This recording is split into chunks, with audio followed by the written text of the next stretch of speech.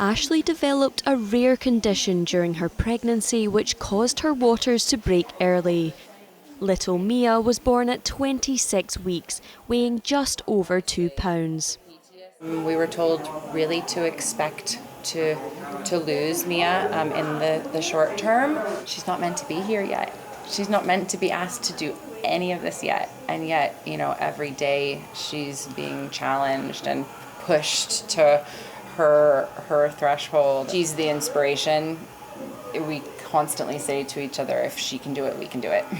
and that's sort of been our mentality here. For the last 9 weeks, Mia has been fighting for her life at the neonatal unit of Edinburgh's Royal Infirmary. On this ward, mothers are being supported to provide their babies with breast milk. We know that breastfeeding after a preterm delivery can be challenging both emotionally and physically for mothers. And so the whole perinatal team works together to support mothers on their breastfeeding journey. In Scotland, we have access to a milk bank, which provides safe and screened human donor milk that we can use to supplement mum's supply while she establishes her own feeding. Children born early are more likely to develop physical and learning difficulties, problems with their sight or hearing, and behavioural issues. But experts at the University of Edinburgh found that giving premature babies breast milk could help reduce developmental delays associated with preterm birth. We've taken brain scans from babies who've gone through a full-length pregnancy, and if you like, that's the reference for what a brain looks like when there haven't been any difficulties at all in the pregnancy.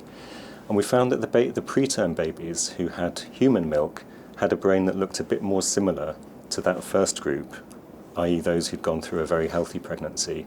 And that was particularly in areas of the brain that relate to thinking and learning. What struck me was how many, particularly women, were writing to say that they'd had a similar loss, that they'd lost a baby. The research is being conducted at the Jennifer Brown Laboratory. It was set up by former Prime Minister Gordon Brown and his wife Sarah after they lost their premature daughter. Jennifer Brown Research Laboratory has this phenomenal opportunity because it's supporting the Edinburgh birth cohort and it's supporting 400 families, many of which are preterm, some of whom are born full term, but tracking them over a 25-year period. Researchers hope this study will lead to the discovery of more advanced treatments that will give those born prematurely the best possible start.